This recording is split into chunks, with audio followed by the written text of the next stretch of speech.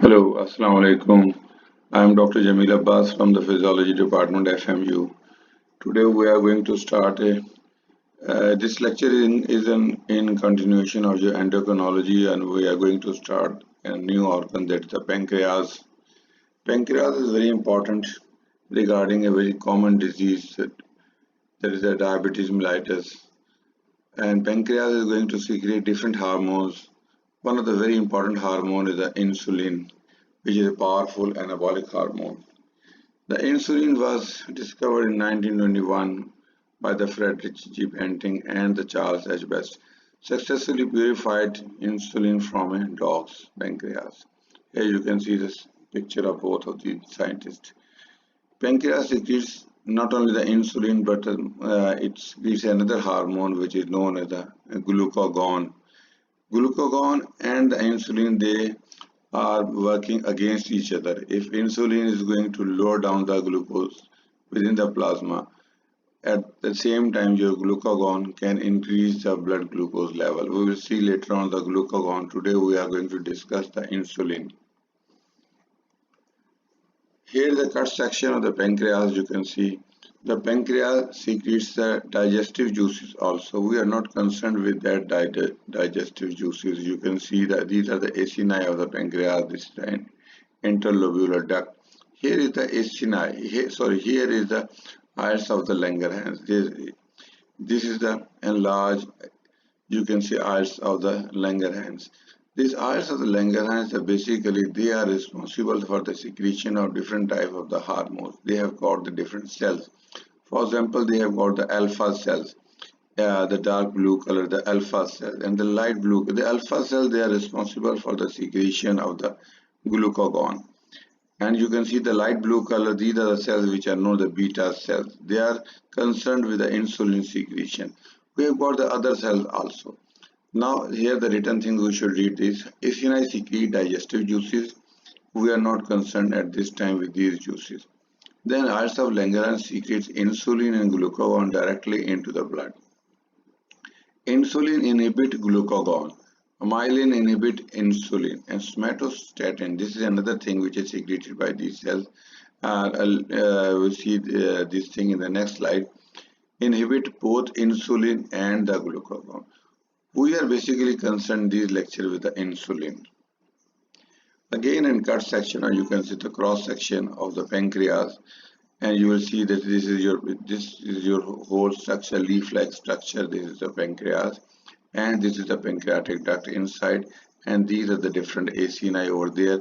If you see the cut section, these are the acini. Here, if you are following my cursor, these are acini, and between it, you will see this is the iris of the Langerhans. This is the iris of the Langerhans. They have got different types of cells. They have got the alpha cells, the dark purple color. They have got the beta cells, the light purple color. They have got the delta cells, greenish in color. So different cells are there, and we are in the next slide. You will see that what type of the cells are present, what is their function. So the alpha cell, they are responsible for the secretion of the glucagon, and their function is to raise the blood glucose level. While the beta cells, they are concerned with the secretion of the insulin, and their function is to lower down the blood glucose level. Then the delta cells, they secrete the somatostatin, and their main function is inhibit the growth hormone release from the pituitary. Then they also known as the pancreatic peptides.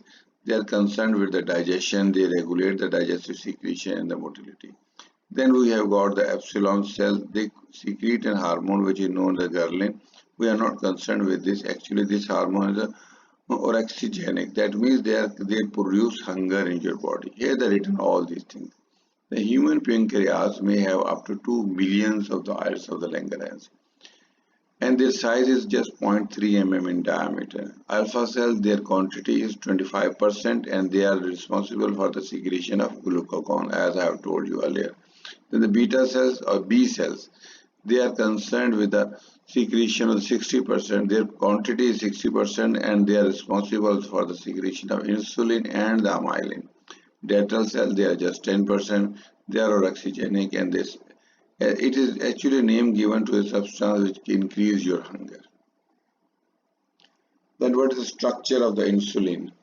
Insulin is basically a polypeptide hormone, long chain polypeptide hormone. It has got 51 amino acids. It has got basically two chains, A chain, B chain. A chain have 21 amino acids and B chain has got 30 amino acids. And these two chains, they are held together by the disulfide bridges. Then synthesis or the biosynthesis of the insulin. Actually, insulin is synthesized in the form of pre-proinsulin, and then its pre-proinsulin is converted into the proinsulin. Pre is removed and the proinsulin, and then proinsulin is converted into the proper insulin which is utilized by your body. Let's see another diagram. Here you can see the structure of this insulin. Actually, this insulin is produced by the translation of the messenger RNA in the ribosome. Those ribosomes which are attached to the endoplasmic reticulum, and pre-proinsulin is produced by this mechanism. We will see in the next slide. Here you can well understand the things. Here is the normal structure of the pre-proinsulin. If you analyze this structure, it has got N-terminal signal peptide, and then we have got the B chain, then we have got the C portion. This is known as C peptide. This C peptide is very important regarding the diagnostic value it has.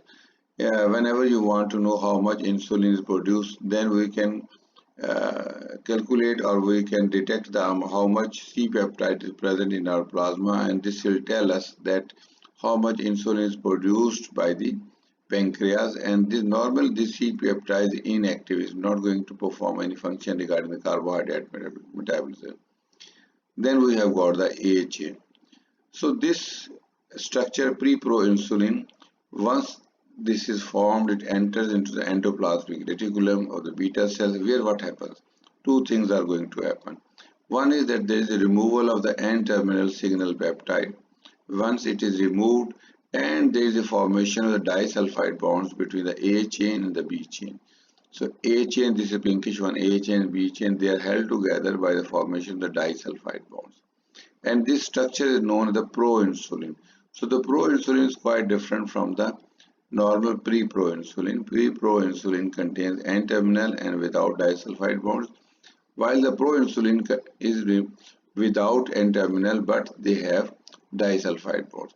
Then this pre-proinsulin moved to the Golgi apparatus, and here the C peptide is a greenish structure. You can see the greenish C peptide is removed, and remaining structure having A chain, B chain, and they are held together by the disulfide bond. This is known as the insulin. This C peptide is marker of insulin synthesis and secretion and used as a diagnostic tool. And this insulin is going to work. We will see later on how it's going to work in the coming slides. And half-life is approximately 3 to 5, or some books say 6 minutes. And again, this is the structure of the insulin. This is pre-proinsulin. You will see the structure as we have seen the previous slide. Then we have got the pre-proinsulin, and then we have got the insulin.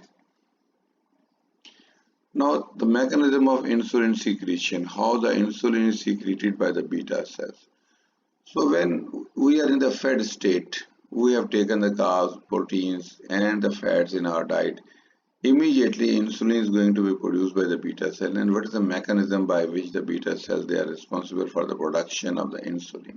First of all, glucose which we have taken in the diet, it should be entered into the beta cell. This whole cell is the beta cell of the pancreas. Now they have got the glucose transporter which is known as the GLUT2. GLU is for the glucose, the T for the transporter. And there are different types of the transporter. One of them is a GLUT2. This is the bidirectional transporter. That means glucose can enter into it and can leave through it. So beta cell, they have got the GLUT2 transporters, and glucose makes its entry into the beta cell through this GLUT2. Then glucose is metabolized through different pathways and ultimately is going to form glucose 6-phosphate. Once the glucose 6-phosphate is formed, then it is trapped inside the beta cells.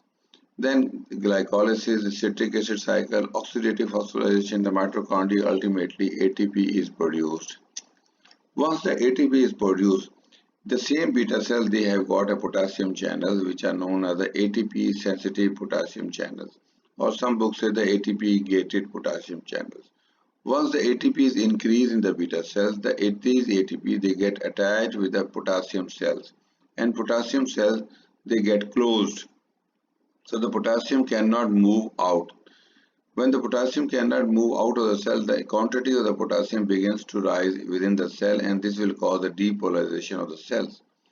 And this will cause the opening of the calcium channel. Here you can see the green color, the calcium channel. Calcium will begin to move in. This calcium will cause the release of the vesicles which are filled with the insulin granules. Here you can see the insulin granules. They are released from the Golgi apparatus and they move to the membrane where they get attached with that area, and insulin is released through the process of the exocytosis into the plasma. So this is the whole mechanism through which the insulin is going to be released by the beta cells of the pancreas. I am going to repeat it again, that entry of in the fed state, when you take the meal, after that what happens? The glucose level begins to rise. That extra glucose enters into your beta cell through the GLUT2. Then the glucose is metabolized and undergone different processes. Ultimately, ATP is produced. This ATP is going to attach with the potassium channels, and a potassium channel is closed. Intracellular potassium level increase. This will cause the opening of the calcium channels, and this calcium will cause the release of the insulin vesicles, and these are attached with the wall and they are released. Insulin is released to the plasma. So insulin level is going to be increased. So here are the written things. All the pancreatic beta cell glucose release require calcium influx. Low blood glucose, what happens? Decrease ATP. It will lead to the increased potassium efflux. That potassium will move out. Hyperpolarization, decreased calcium influx, insulin decrease secretion. Elevated blood glucose reverses things are there. I have told you all these things written form. Here again you can see the structure. That is, this is your pre-pro insulin having the signal sequence amino portion. Then we have got the B chain, then we have a C portion, then we have got the A, ultimately different processes, and C peptide is removed, and we have got the proper insulin molecule over here.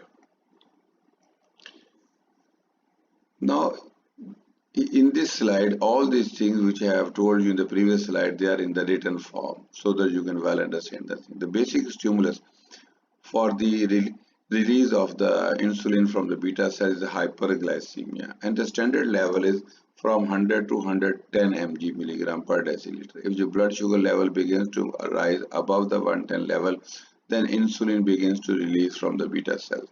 What happens? The glucose enters into the beta cells of the pancreas through GLUT2 and metabolized to produce ATP.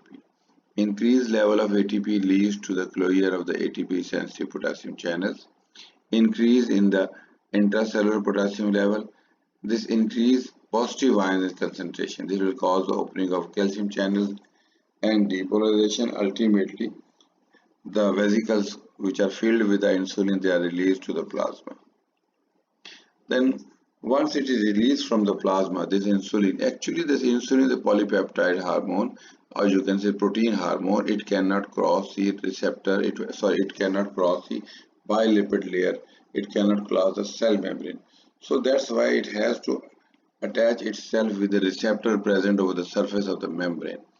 And here is the structure of the receptor for the insulin. It has got two units. You can say the yellow color. This is the alpha subunits which are in the extracellular portion, and then we have got this is the membrane. Then we have got the bluish color, the beta subunits. These beta subunits basically they are going to do, once the insulin is attached with this alpha subunits, there are these different changes occur in the beta subunits, and insulin will perform its function by the different changes in the beta subunits. Now what is the mechanism? How this insulin is going to work through these receptors? We have to understand this diagram first. Once the insulin is attached with the receptor, This lower portion, the insulin receptor, is going to be phosphorylation. Phosphate groups are attached with this insulin receptor inner portion and beta portions. This is going to phosphate groups are going to attach with this one. Once actually this limb is going to phosphorylate this one, and this limb going to phosphorylate this limb. So this is known as the autophosphorylation, or it's also known as the cross phosphorylation. Once the phosphates they are going to attach with this, again a substance is present, or which is known as the insulin receptor substance 1, IRS. This IRS, which is insulin receptor substance, which are present over here in the cytoplasm, is get attached with this one. Once it is attached with this one, the phosphate also attached with this IRS. In the next slide, you can see these things. Here is your alpha subunits, this is the beta subunits, and insulin is attached. And then what happens? The beta subunits, the phosphate groups, they are attached with this area. This attachment of the phosphate will cause the movement of IRS1 and getting attached to this one. Then this insulin receptor substrate 1 is also phosphorylated. That is, phosphate groups, they are attached with this one. Once this phosphate is phosphate is attached with the IRS. So phosphate is attached not only with the beta subunits, but it also causes the phosphorylation of the insulin receptor substrate. Actually, these beta subunits, they contain an enzyme which is known as tyrosine kinase. This tyrosine kinase is responsible for the phosphorylation of itself and also of the insulin receptor substance. Once it is formed, then this insulin receptor substance has got two pathways. One pathway which are more important for us, that is, it will cause the cytosolic changes or all the changes which are occur in the cytoplasm, and we will see soon how this is going to occur. Another pathway, this one pathway which is known as the PI3K, I will give you the details soon. This pathway is going to convert PIP2 into the PIP3 and then PKD1 and then AKT. All these pathways concern the cytosolic changes. While another pathway which is known more the MAPK pathway, MEK and MEK pathway, this is concerned with the changes in the nucleus. That is the regulation of cell growth, proliferation, differentiation. They are concerned with this pathway. So insulin performs both functions. Now when we study that diabetes, the same diagram will be very important, because the type 2 diabetes, which is a maturity onset diabetes, that means which is diabetes which is usually occur after the age of 40 or the later ages. This diagram in which the insulin is there, in that type of diabetes, insulin is there, but there is resistance. This resistance means your IRS substrate is not going to be phosphorylated properly, or again these enzymes, they are not working properly. That's why the resistance is going to be created. Let's see all these things in written form. The two beta subunits have the what enzyme? The tyrosine kinase, which phosphorylate each other, and this is known as the auto and the cross phosphorylation. Then insulin receptor substrate IRS attached with the beta subunit, and this insulin receptor substrate is also phosphorylated. Then an enzyme which is known as the PI3K, it means phosphoinositol 3 kinase. This R is extra, should not be here. Phosphoinositol 3 kinase. This phosphoinositol 3 kinase, this is your phosphoinositol 3 kinase in the light green color. So insulin receptor substance 1, this is going to stimulate your PI3K, P for phospho, I for inositol, 3 kinase. Why 3 kinase means the enzyme which is going to phosphorylate, which is going to attach the attachment of the phosphate group. 3 kinase because it is going to attach at the number of 3 with attachment of phosphate, the level of the number of 3. We will see in the next diagram. Sorry. Here you can see the phosphate group. This is the phosphate group A, and this is the molecule which is in the PIP, phosphoinositol phosphate 2. It is the number 4 and 5. Phosphate is attached in number 4 and 5. But this activated kinase, phosphoinositol 3 kinase, this attaches another phosphate at this level, number 3. So now we have got the 3 phosphate. This is already present but is not counted. Here we have got 2 phosphates at the number of 4 and 5. but there is 3 kinase attaches another phosphate at number 3. So another enzyme which is known as the P10. This enzyme can reverse this action. This action can be reversed by the action of this P10 enzyme. Now, beta subunits have what tyrosine kinase, they will cause the phosphorylation, which you know the cross phosphorylation. They will attachment of the insulin receptor substrate 1. It is also going to be phosphorylated. Then once it is phosphorylated is going to stimulate the PI3K phosphoinositol 3 kinase. This will cause the conversion of PIP2 into PIP3. That PIP2 when phosphoinositol phosphate 2, which has got 2 phosphate group, it will be converted into the PIP3, that is the phosphoinositol phosphate 3. Then once it is formed, PIP is formed, it is going to stimulate your PDK. This PDK means PIP3 dependent kinase. PIP3 because it is going to be activated by the PIP3. So this is the PIP3 dependent kinase, that it will be activated by the PIP3. That's why the name given to this is the PIP3 dependent kinase 1. Once this PIP3 dependent kinase 1 is formed, it is going to activate another thing which is known as the PKB.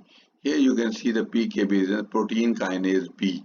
The other name for this is AKT. So AKT and PKB are the same thing. That's why they are written as AKB/PKB. The PKB is for the word protein kinase B. Here they are written all these things. The PIP3 stimulate another enzyme which is known as the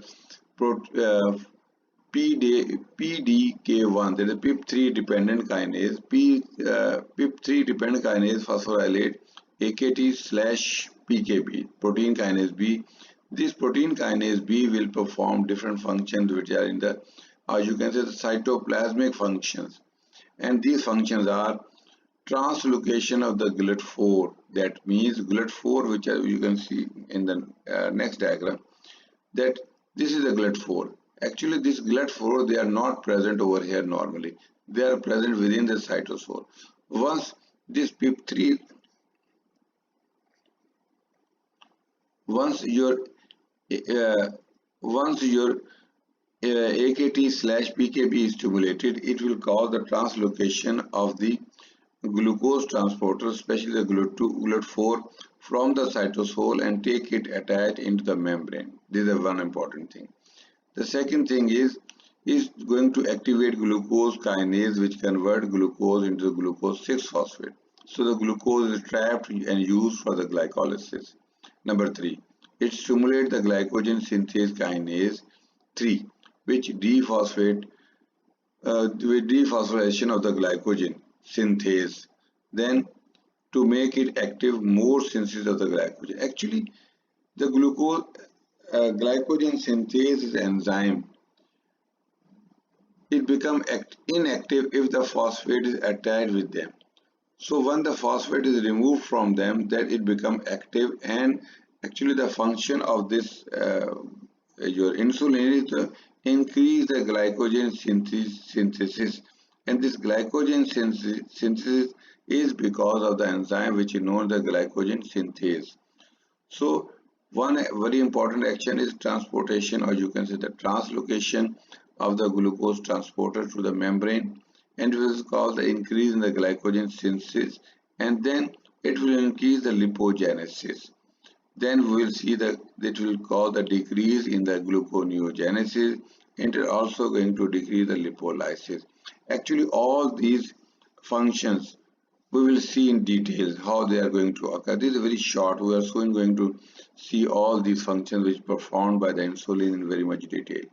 Then on the other side, if this MAP pathway, MAPK, if this pathway is stimulated, it is going to act on the nucleus and gene transcription and regulation of cell growth, differentiation, proliferation. They are concerned with this pathway. So this is the mechanism of action of the insulin through its receptor. And this diagram also we have studied all these things. Then how the release of insulin is going to occur. Actually, in a normal person with the black line, you will see that once you take the meal, the carbs are going to increase within minutes, within 3 to 4 minutes. What happens? there is a spike. You will see the spike if you follow my cursor. There is a spike, and this is the first phase. And there is immediate release of insulin, and insulin will perform its all function. Then it is going to be decreased there. And then there is a second phase, this black line. There is a gradually slow release of the insulin from the beta cell. This is a normal person. There are two phases. First, immediate release and going to spike. Then it decrease, and then immediately after that one, there is a slow, gradual release, continuous release of the insulin. But in the type 2 patients, you can say diabetic patient or type 2 diabetes, again the type 2 diabetes in the old person and above is also known as the maturity diabetes. Diabetes means lack of insulin and hyperglycemia. In those person when the patient of diabetes, they take the carbs or carbohydrates in the diet, there should be immediate release of insulin. But in the diabetic patient, this insulin is not going to be released. You can see the purple line. There is no release of insulin, but insulin began to release very slowly, and it's going to increase. So that's why postprandial hyperglycemia or the hyperglycemia after the taking meal is very common in the diabetic patient, postprandial diabetes. Later on, after the 3 to 4, you can say from 1 hour to 2, 3, 4 hours, this insulin release and which is very slow release, and their hyperglycemia may be reversed. But in type 2 diabetes, mainly what happens that immediate spike is absent. But in the type 1 diabetes, which is that you can say the juvenile diabetes, that juvenile diabetes we will see later on. Actually, at this time, you must understand that there is no insulin from since birth. There is no insulin, or in the childhood. Since the childhood, patient has got no insulin. That no insulin is produced by the beta cells of the baby. So what happens? No insulin. So here you can see the red line. Throughout, if you are taking meal or you are taking the carbohydrates, there is no release of the insulin and your graph remains low. So in normal person, black line, sudden height, oh sorry, spike, and after that there is a gradual decrease, and then there is a slow release for the longer duration. In the type 2 diabetes, the first phase is not there, but the second phase is there. In the type 1, there is no release of insulin. So their insulin has got different phases for its secretion. Now the catabolism of the insulin. The insulin is catabolized mainly in the liver, kidney, and the placenta. Major organ for it is the liver. 50% of the insulin is removed in the first single pass through the liver. Actually, the insulin is secreted in your portal vein. This portal vein drains the blood into the liver, and the liver gets an enzyme. It has an enzyme which is known as the insulinase. The chemical name for this is the glutathione insulin transhydrogenase. This insulinase enzyme is going to cause degradation. So if you release, suppose 100 grams of the insulin, suppose you have got 100 grams, then 50% of this will be removed or catalyzed by the first pass through the liver. Liver is going to degrade 50% of your insulin once it is passed through the liver. Then remaining 50% utilized by the body. Then the second level is the kidney. 20% approximately is degraded or removed from the body through the kidneys. That's why in the kidney failure, when the kidney is unable to function and they are unable to remove the 20% of that insulin from the body, the insulin level rises in the body, and the patient usually says that our diabetes is now normal, our glucose level remains normal. Actually, that glucose level remains normal because their kidneys, they are not function. The kidney function is not there, so that 20% of insulin is not converted or removed from the body. The placenta, definitely you know the placenta is not active in the adults. It is removed when baby is delivered. The next slide is, these are the biological effects. That is a different way of, we will see all these things, that what happens. Once the insulin is stimulated by the receptor, this is the insulin receptor shown different way. It will do the kinase activity, ultimately signaling cascades and biological effects, that the glucose transporters. These are the glucose transporter which are present in the cytosol, and they move to the membrane through which the glucose is going to be entered. The glucose is not entered through the receptor. Keep in mind, most of the students, they usually said the glucose entered through the receptor. No, glucose just going to stimulate the receptor alpha portion. The beta portion will be due to the tyrokinase activity, it will perform its function due to that activity, and ultimately the GLUT4, glucose transporter 4, they will be translocated from the cytoplasm and they get attached to the membrane, and they will cause the entry of glucose. Here it is not concerned with this receptor. Receptor is a different thing. Glucose transporters, they are concerned with the glucose. They are not only with the glucose. Actually, the amino acid can also move through this one. Potassium can also move through this one. Different ions can move this one. So the glucose transporter protein, increase protein synthesis, increase lipid synthesis, increase glycogen synthesis, the growth and gene expression. All these are the biological effects we will see in detail in the next slides. Now different actions of the insulin. Thank you very much. We'll see this because I've got the 30 minutes video. We'll make it the next video. Thank you very much. We'll see you in the next video.